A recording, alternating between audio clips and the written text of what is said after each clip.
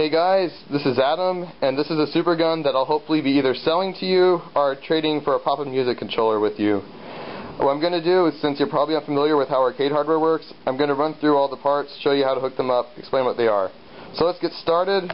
This big box with this wire coming out of it here, that is the SuperGun, more formally known as a Jama test rig. And basically it lets you use an arcade motherboard on a TV more or less like a console. This big wire is called the Jama Harness. This is the input and output for most any arcade motherboard. Most of the ones made after the 80s anyway, and a bit in the late 80s.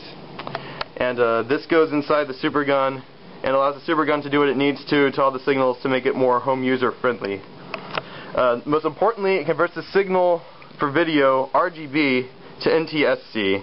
NTSC is of course the American video standard. RGB is not used by American TVs. So yeah, it's an external converter. Most are internal, but this one happens to be external.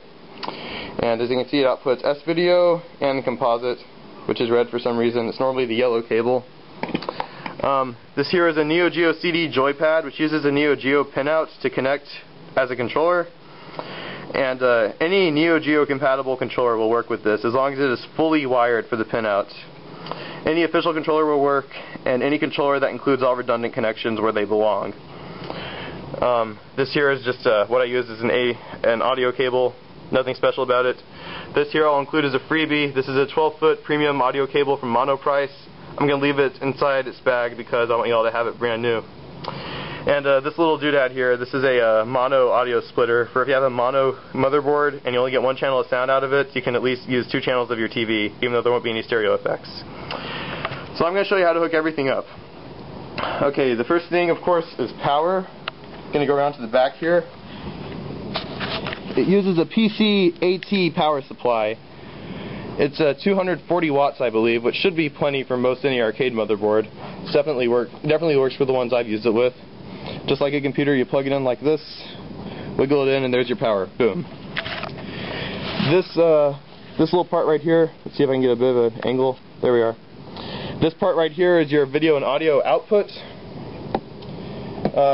Audio, of course, is the same as any device, with on the left being white, on the right being red, or in this case yellow. So just plug that in like normal. Okay, the 15-pin connector on top is for the NTSC converter.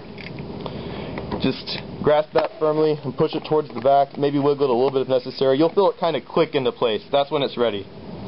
So there's that. I'll give you a little bit better of a view of that. There we are. Okay, swing around to the front, excuse me. And where are we? Okay, here we have our connectors for the controllers. I'm going to hook up the Neogeo Joypad real quick.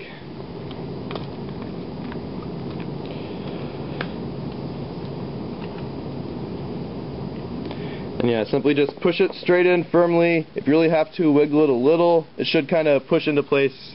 It's normal for it to kind of stick out because on the Neogeo itself, the ports are a bit recessed, and so it has to reach that far back.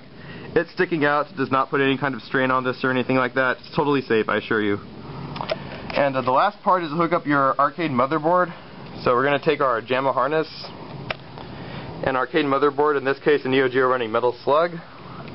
Okay, here's the main part of the motherboard is the Jama Harness, how everything communicates. See if I can get a better angle here. I'll just hold it. Okay, ideally you'd want to push it straight in, but it's okay to use a kind of rocking motion. So like, okay, you push in one side. I'm going to have to put this down. 1 second. Okay, you push in one side, and while holding it, you push in the other, and that's okay. You're in. One important thing you should note. This is a keyed connector, meaning that ideally the connector for it will only go in one way. I have a small piece of plastic acting as a key.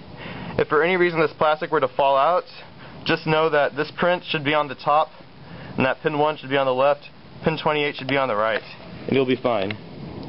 Just put that back real quick. I need to go hook up the TV. This green toggle switch right here, down is off, up is on, it's for power. Turn it on. Look what we have here.